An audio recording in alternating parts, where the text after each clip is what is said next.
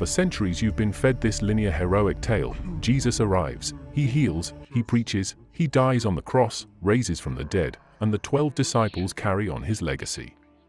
Judas? The devil in human form. 30 pieces of silver. The kiss of betrayal. The hangman's noose. A cautionary tale. That's the dominant story. But what if that story is the lie? What if behind closed manuscripts, in the dust-shattered libraries of Egypt, lives a radically different version? A version where Judas isn't the villain, he may be the hero of the hidden narrative, the one who truly understands, the one who acts on the command of Jesus, the one performing the darkest, but most necessary, act in the cosmic drama. This is where our institutionally endorsed narrative hits the wall. The Gospel of Judas is audacious. It says, Jesus selected Judas. Jesus revealed to him the deepest secrets. Judas betrayed Jesus because he was ordered to by Jesus himself. The event we've always taken as ultimate treachery is reframed as the execution of the ultimate mandate. Let's dig in line by line so you can see the cracks in the foundation. First, the role reversal. According to this text, the 12 disciples, apart from Judas, are completely in the dark. They don't grasp the truth of who Jesus is. They're trapped in the literal, the material, the world of the senses. Meanwhile, Judas is the only one who gets it, the only one invited behind the curtain. Jesus speaks to him in secret. Judas is the companion of the moment of truth. This alone is a direct assault on the orthodox narrative that makes Peter, James, John the stars, makes every disciple equal, makes betrayal an anomaly. Here betrayal is written into the fabric of the plan itself. Second, the motive. In canonical texts, Judas betrays for money, or out of greed, or Satan enters into him. Simple. Evil. Done. In the Gospel of Judas, the motive is cosmic obedience. Judas turns Jesus over because Jesus tells him to. The text says, "You will sacrifice the one who clothes me." In other words, this betrayal isn't wickedness, it's service. It's the final move in a higher game. And that means the entire traditional narrative of Judas as traitor collapses. Third, the secret knowledge. The Gospel of Judas belongs to the Gnostic line, meaning it claims the world you see, the world of matter, the world of the physical realities, is a prison.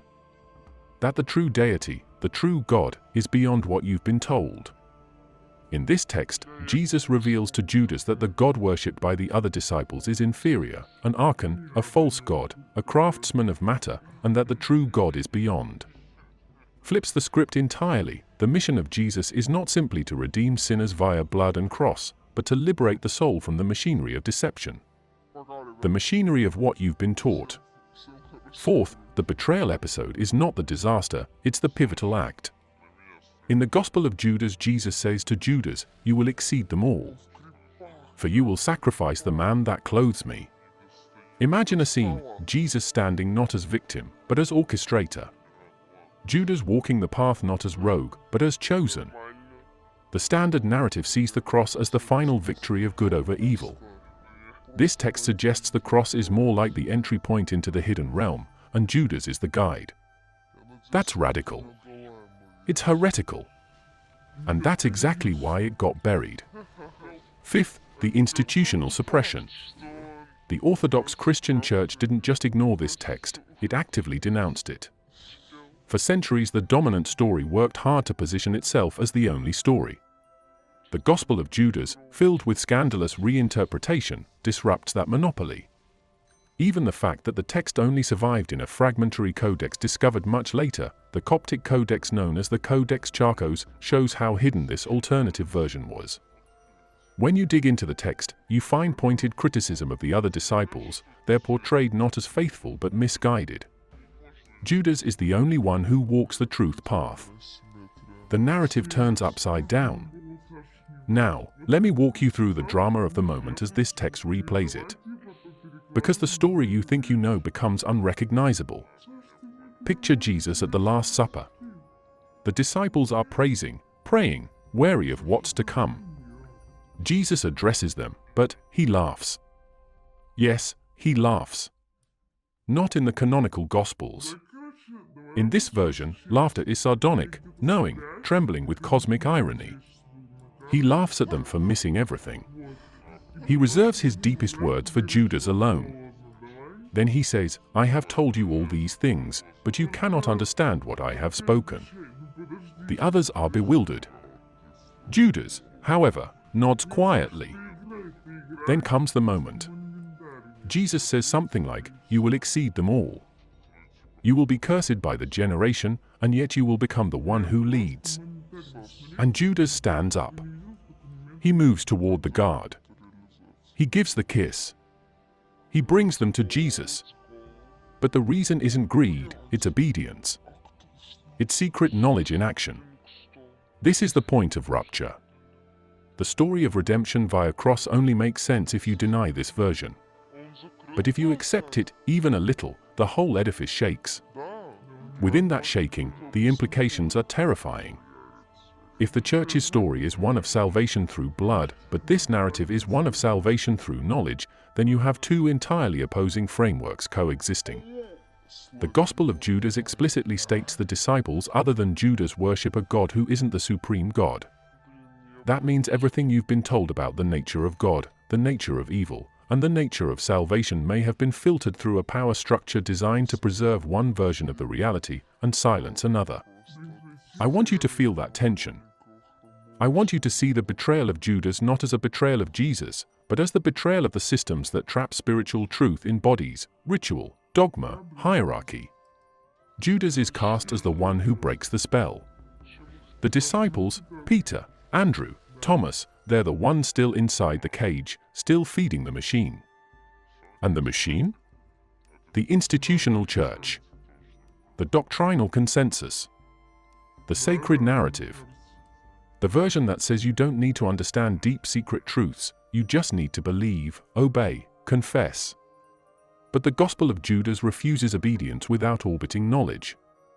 It tells us that the real Jesus doesn't fit the caricature of meek submission, but the rebel, the dissident, the cosmic revealist. The Jesus of this text is the one who laughs at uncomprehending disciples and picks one outsider, one condemned man, to reveal the hidden code. Let's be totally clear, in the standard story, Judas is pitied or reviled. In this story, he's the one who gets it. He's the recipient of the inner circle. He's the one who acts when the others simply freeze. The Gospel of Judas says, "You will be condemned by the generations." So his condemnation becomes evidence of the system doing what it always does: it kills the messenger, ignores the truth, and recasts the scandal into villainy. You, watching this, need to register the sheer audacity of this, a first-century text rewriting the ultimate betrayal into an ultimate obedience. A gospel that calls into question whether the divine plan was carried out by Jesus' suffering or by Judas's action. A story that laughs at the idea that the cross is everything. A story where the real unveiling happens before the cross, or rather through a betrayal that was planned. Now, I'm not telling you to discard one story and adopt another. That's not the point. The point is, the story you've been told isn't the only story. The Gospel of Judas delivers a dark mirror to the orthodox version, and that mirror breaks everything you assume. It forces you to ask, who wrote the story we believe? Who decided the villain? Who set the narrative? And if this version existed, why was it pushed to the sidelines?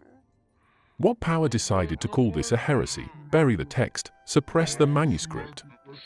In essence, the betrayal of Judas in this text is the central act of revelation, not just of Jesus' fate, but of cosmic fate, human fate, the fate of light trapped in matter. The church keeps the story linear: sin, sacrifice, redemption. The Gospel of Judas says the story is layered: ignorance, secret truth, transcendence through betrayal, liberation from the material. And Judas is the pivot. What if I told you that the world you see, your body, your senses, the ground you walk on, is already compromised? That the very frame of existence is rigged by unseen powers, and that the man you call Jesus isn't just a moral teacher but the insider who exposes the rigging and shows how to hack the system? That's pretty much what the Gospel of Judas lays out. In this part we'll trace the gears. First, let's map the architecture. According to the Gospel of Judas, Jesus says to Judas, "You are from the immortal realm of Barbalu," meaning Jesus comes from a realm far above the one you inhabit. The cosmos you live in is not the true home. You were created by a lesser god, a demiurge, who stands between you and the real God. This world is a place of entrapment. So right out of the gate, if you believed your skin and bones are natural and sacred by default, this text tells you, think again. In this hidden myth map, there's a supreme invisible God who emanates being after being, called eons, realms, various emanations. One of the emanations is Barbalu. From that flows many through many until eventually the Archon, aka the craftsman, Yildabaoth Sarklas, builds the material cosmos. The disciples, according to this gospel, worship the wrong God, the boss of this prison world. Imagine that, the God you were told to pray to is a security guard, not the architect. And you've been trained to feed the guard. Then Jesus shows up. He's not there to simply redeem you for sins. He's there to transmit knowledge, Gnosis, that frees you from the prison of matter. In the Gospel of Judas, he rebukes the other disciples for being incompetent, for worshipping the wrong deity, for being blind while the outsider, Judas, sees. The secret talk with Judas is all about this, the conspiratorial blueprint of creation, the real origin of humanity, and how one escapes. I want you to imagine a film set where you realize you're an actor, you're reading your lines, but the director is someone you never knew existed, someone who's been behind every scene. The Gospel of Judas says that's your life, you're performing in a script written by the demiurge, while the real director is invisible. Jesus comes to pull back the curtains. Now let's dissect some key statements of the text. I use the broad brush and keep it clean so you, the viewer, can latch on. Jesus asks, if any of you is strong enough among humans to bring out the perfect humanity, stand up and face me. Only Judas stands. Why? Because he identifies Jesus' origin, his realm. Meanwhile, the 12 freeze. That's a power play. It's not just theology, it's humiliation of the crew you thought were insiders. The text is saying, your hierarchy? It's failed. The insiders? They're the ones trapped. The outsider? He is the inside man. Quite a twist. Then the narrative paints the physical body as the man who clothes me. Jesus says you will sacrifice the man that clothes me. Meaning, your flesh, your physical identity is a shell. The mission is to separate from the shell. Stop for a moment. For centuries we've been told to honor the body, to redeem the flesh, to wait for a bodily resurrection. Here we're told, the body is the problem. The shell is the issue. You put on your flesh like a costume. What happens next? The text gives an elite twist. Only a select generation, or holy generation, is eligible for this revelation. The masses are left worshipping the false god, living in ignorance, chained by the world of appearances. Your average disciple? A blind actor in the wrong script. Judas? The insider who's been told the real code. Let's talk about laughter. Yes, laughter.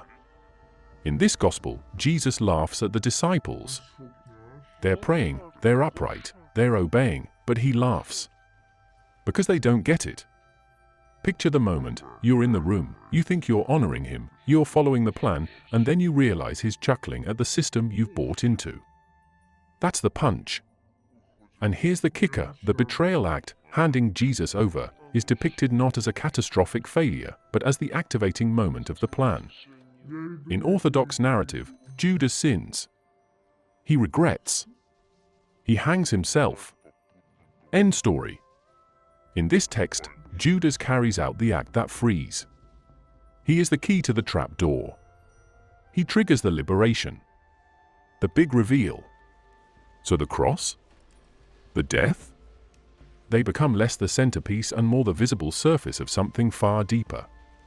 That doesn't mean they vanish, just that the Gospel of Judas is saying they have an entirely different meaning than you believed. Let's pull back and see the implications. The world is structured. It's an artificial system. You are in it.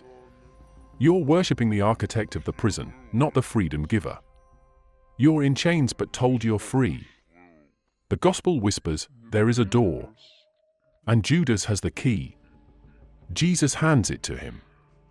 The disciples don't even know there's a door. The majority march around in illusions. Now I want to point you to a line, Jesus to Judas, step away from the others and I will reveal to you the mysteries of the kingdom.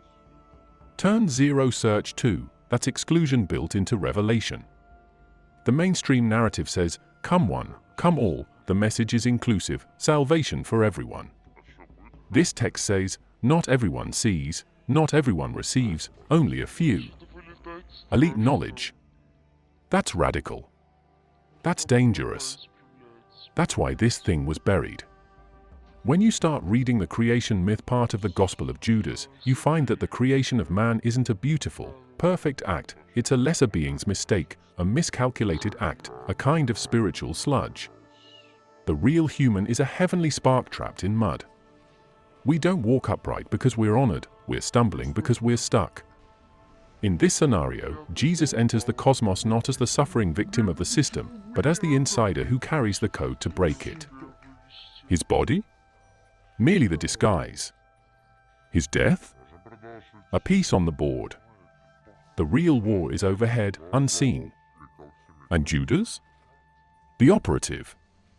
Now you're thinking, wait a second, did this gospel actually mean for Judas to be heroic? Yep. That's the shot across the bow.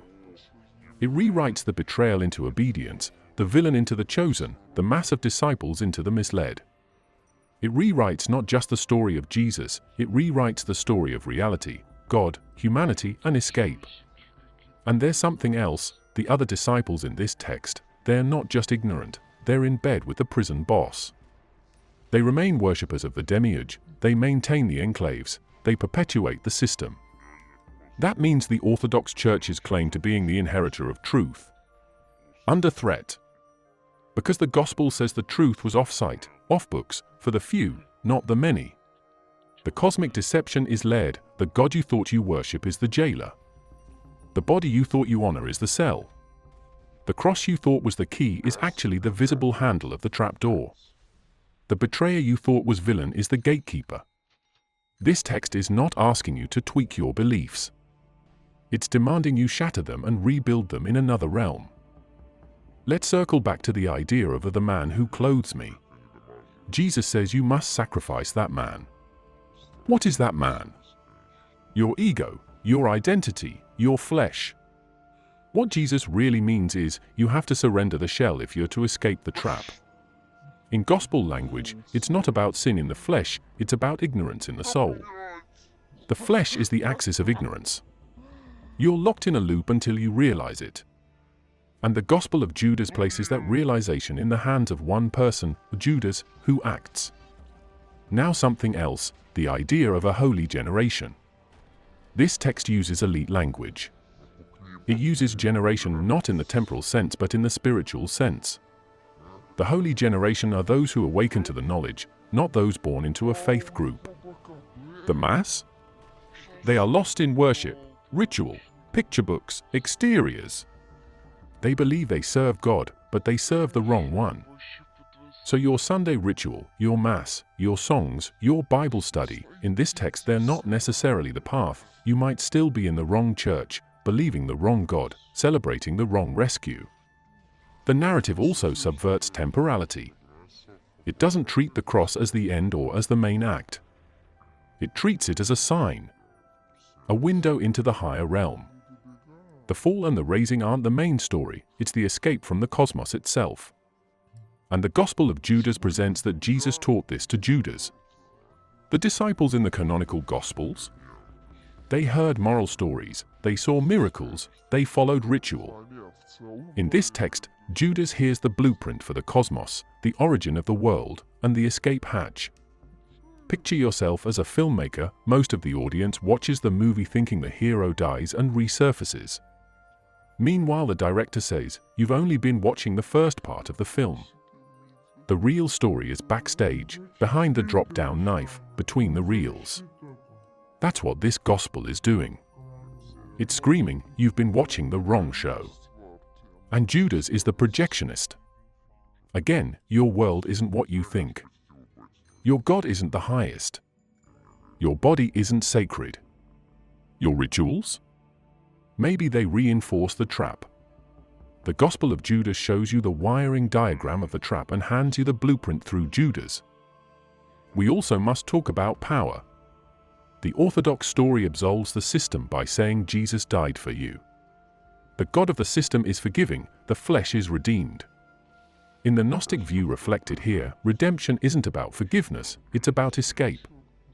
Not about the body being saved, it's about the mind realizing it's never been in the right body. The text doesn't follow the amelioration of sin, it follows the interruption of ignorance. When Jesus laughs at the disciples, he isn't being unkind, he's pointing at the comedy of people praising the guard while the jail key is in their pocket. Now you, viewer, have a choice: keep watching the film they sold you, or flip the projector and watch what's behind. Because Gospel of Judas is the flip side.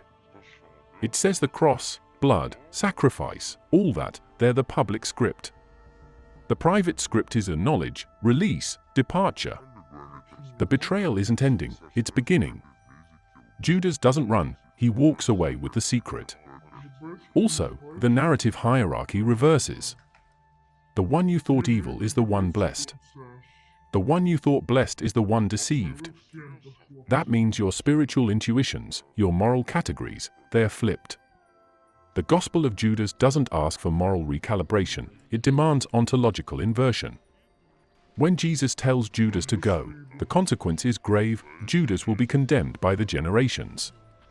But the condemnation is the sign he walked the path. To be condemned by the system means you escaped the system. The Gospel glorifies that paradox.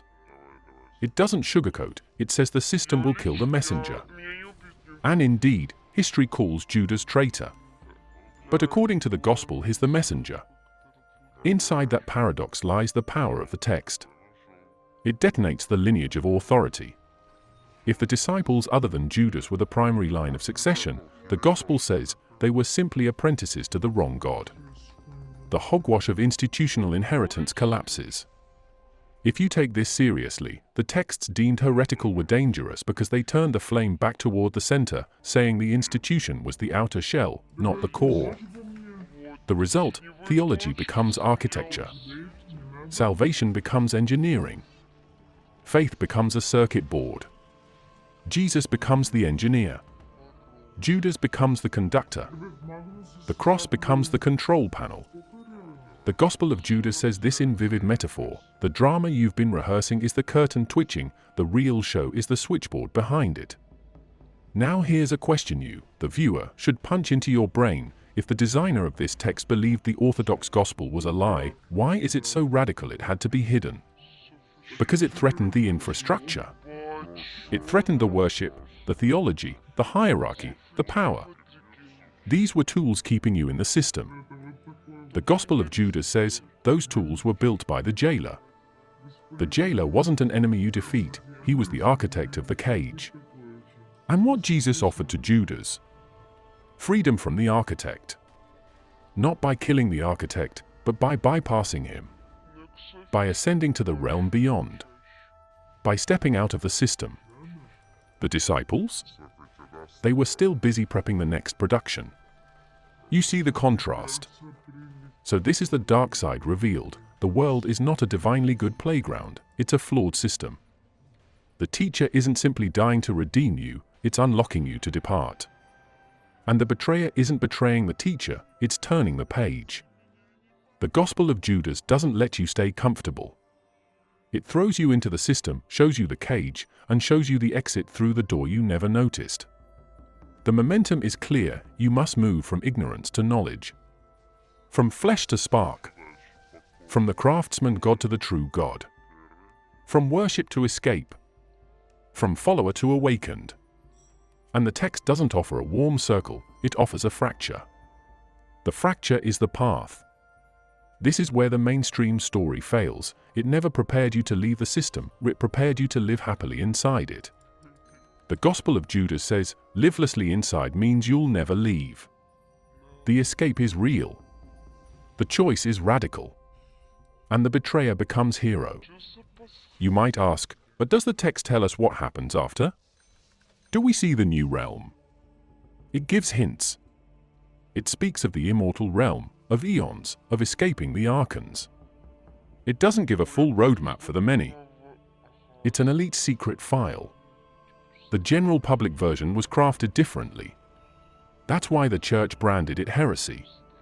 Because secrets threaten crowd control. Let's hold this: the brilliance of the Gospel of Judas lies in its reversal of everything you held sacred. The creation story? A cosmic accident. The body? A costume. The God you pray to? The jailer. The cross? The gateway. The betrayer? The chosen. The disciples?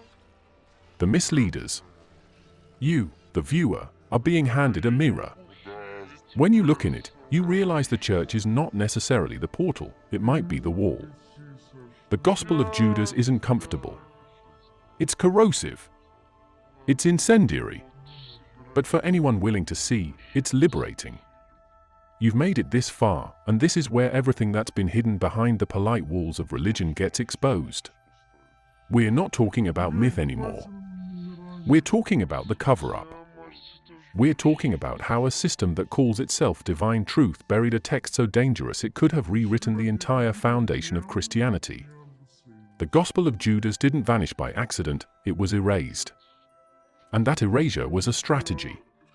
Here's the thing: every empire that claims to represent God fears one thing above all: competition for authority. Once you control the story of creation, sin, and salvation, you control the psychological operating system of an entire civilization. The Gospel of Judas wasn't banned because it was confusing, it was banned because it was disobedient.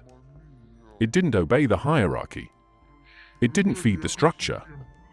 It ripped the mask off the power source that kept religion intact. Let's be blunt, the early church wasn't just a spiritual movement. It was a political machine, and narrative control was its weapon. In the 2nd century, Christianity was still fluid. There were dozens of groups: Gnostics, Valentinians, Scythians, Marcionites, each with its own version of Jesus, of God, of the cosmos. But orthodoxy was still being built. The church fathers, Irenaeus, Tertullian, Athanasius, weren't just writing theology, they were drawing battle lines. And the Gospel of Judas was on the wrong side of that war. It told people that the God of the Old Testament wasn't the supreme being. That alone was treason. Imagine what that does to a system that preaches continuity between the Hebrew Scriptures and the New Testament. You can't build an empire on a God who's been exposed as a lower entity. So they buried the Gospel, branded it heresy, and burned everything connected to it. When I say buried, I mean literally and psychologically. Physically, the manuscripts were destroyed. Intellectually, the ideas were demonized. Spiritually, the archetype was reversed. Judas turned into the villain. That's how suppression works. You don't just erase the text, you invert its meaning until no one even dares to question it. Judas became the permanent scapegoat, the poster child of betrayal. Every generation repeated the script until questioning it felt like blasphemy.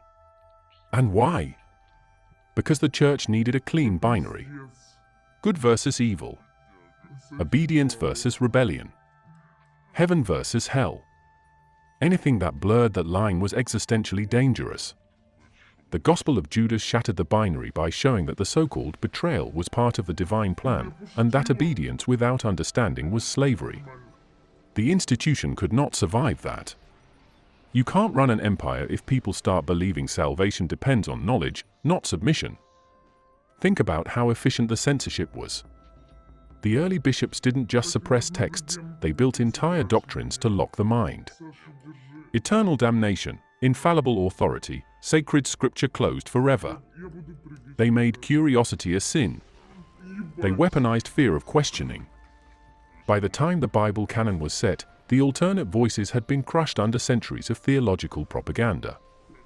And here's the cold part: the strategy worked. For nearly 2 millennia, Judas remained the cursed name. And the version of Jesus that survived was the obedient, passive one, not the cosmic rebel who laughs at the gods of this world. When the Gospel of Judas resurfaced in the 20th century, it didn't just surprise scholars, it terrified institutions. It cracked the facade. Because now you have a text, written roughly in the same era as the canonical Gospels, claiming to tell a completely opposite story. That exposes a truth people hate to admit. Christianity wasn't a monolithic revelation, it was a contested battlefield. There wasn't one truth, there were competing truths, and only one got armed with power. And power doesn't preserve truth, it preserves itself. That's the core of it. The early church filtered texts not by authenticity, but by usefulness. If a text reinforced obedience, unity, and centralized authority, it was inspired. If it suggested independent knowledge, internal revelation, or rebellion against the lower God, it was heresy. The Gospel of Judas was radioactive because it dismantled the priesthood's purpose. It said salvation doesn't flow from temples, rituals, or authority. It flows from understanding the deception that made you believe you needed those things in the first place. Now, I want you to visualize how history responded. The Council of Nicaea, the establishment of dogma, the creation of the canon, it's all damage control.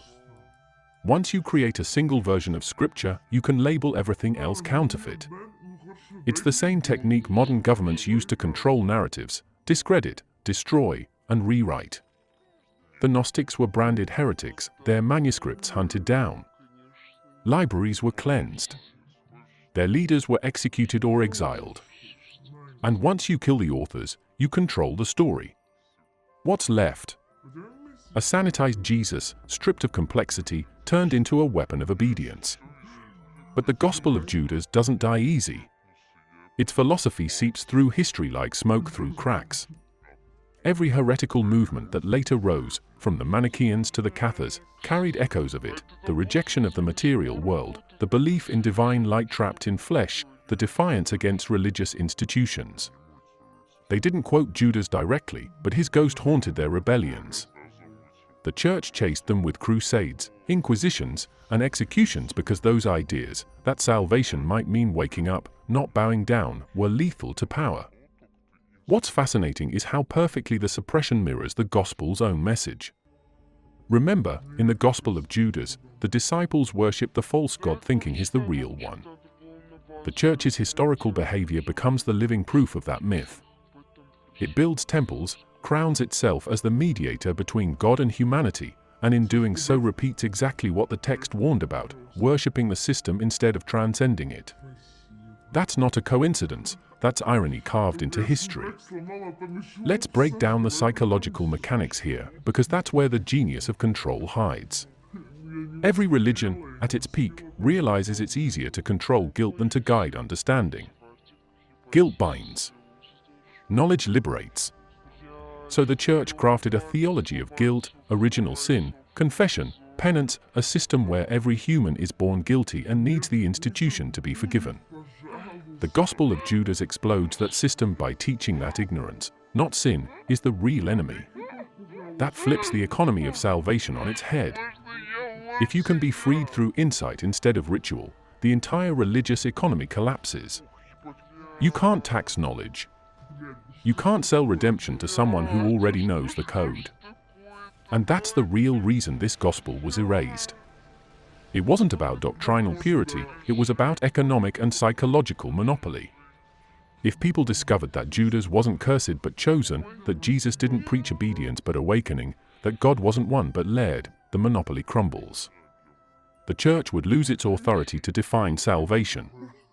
And once that happens, the entire pyramid of control falls apart. Think about how the narrative of Judas shaped culture for 2,000 years. Every act of betrayal, every symbol of treason, every moral story about loyalty, it all goes back to Judas. He became the eternal warning. The scapegoat used to maintain compliance. The archetype that told believers, don't question. Don't step out of line. Don't act without approval. That conditioning runs deep. But in this banned gospel, the same figure becomes the one who acts when others freeze, who sees when others are blind. That inversion alone is enough to panic an institution built on submission. Now look at how institutions handle exposure. They co-opt what they can't kill. Over time, the church didn't just suppress, it rebranded. It absorbed fragments of mysticism but kept the hierarchy intact. It tolerated a hint of mystery but never allowed autonomy. Mysticism was allowed only under supervision, monks in silence, not prophets in revolt. But the Gospel of Judas doesn't ask you to meditate inside a monastery, it tells you to walk out of the system altogether. It's a jailbreak manual disguised as scripture. That's why the church's historians worked overtime to brand Gnosticism as arrogance, those who claim to have special knowledge. But that's projection. The real arrogance is believing you can control access to God. The Gospel of Judas tears that down by implying that divine truth is self-realized, not institutionally delivered. It democratizes the sacred. And that's intolerable for any centralized faith. So when you hear apologists say the Gospel of Judas is late, unreliable, not historically accurate, understand what's really being said. They're defending ownership of the narrative. They're protecting the authority pipeline. Because if a single banned text can flip the story so completely, then the so-called truth they built looks more like an edited screenplay. And once the public realizes history was curated, faith becomes negotiable, and control evaporates. Let's strip the theology away and look at the psychology of suppression. When you erase a story that contradicts the official line, you don't just eliminate ideas, you reshape identity. If Judas is eternally damned, believers subconsciously fear disobedience. If Jesus is portrayed as pure submission, believers idealize conformity. The institution doesn't need to imprison bodies when it can program minds. That's the quiet power of narrative control. The Gospel of Judas threatened to rewrite that programming, and that's why it had to disappear. The rediscovery of the text centuries later was like finding a detonator under the altar. Suddenly, everything scholars thought they knew about early Christianity looked staged. You had multiple competing versions of Jesus, not one unified gospel. You had power struggles disguised as divine inspiration. You had a system that canonized obedience and erased rebellion. And the kicker? The version that survived was the one that served empire, not necessarily truth. That realization hits hard because it forces a brutal question: what else was buried? If this one gospel could be silenced for nearly 2,000 years, how many others vanished completely? How much of the Word of God was edited, rewritten, or replaced to fit an agenda? The Gospel of Judas doesn't answer that, it simply proves the possibility. It's the smoking gun that tells you that the censorship wasn't random. It was systemic. And it was successful.